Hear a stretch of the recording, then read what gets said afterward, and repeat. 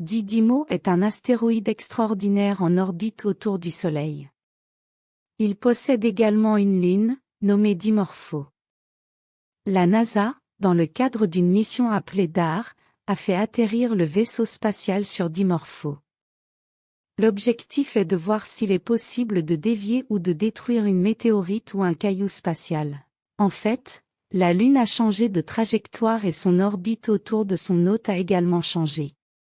Mais les images de Hubble et de James Webb ne confirment pas complètement que Dimorphos est complètement fragmenté ou qu'il s'agit d'une roche solide.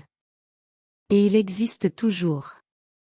Pour répondre à ces questions, l'ESA a lancé le 7 octobre 2024 un engin spatial, Hera, qui s'approchera de Didymos et de Dimorphos dans environ 2 ans. La sonde atteindra Dimorphos après 2 ans de voyage dans l'espace lointain et un survol rapproché de Mars, et analysera de près les résultats de cette collision. La sonde Hera transportera également 2 petits vaisseaux de la taille d'une boîte à chaussures.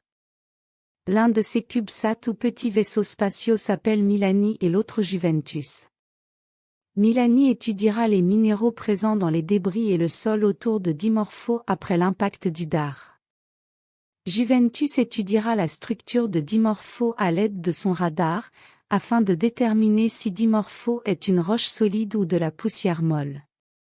Les 2 petits engins spatiaux se poseront ensuite sur la surface de la Lune pour en étudier la gravité.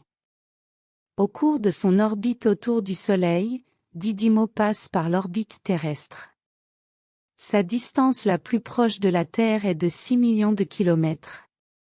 Son diamètre moyen est d'environ 780 mètres. Le diamètre moyen de Dimorphos est de 160 mètres.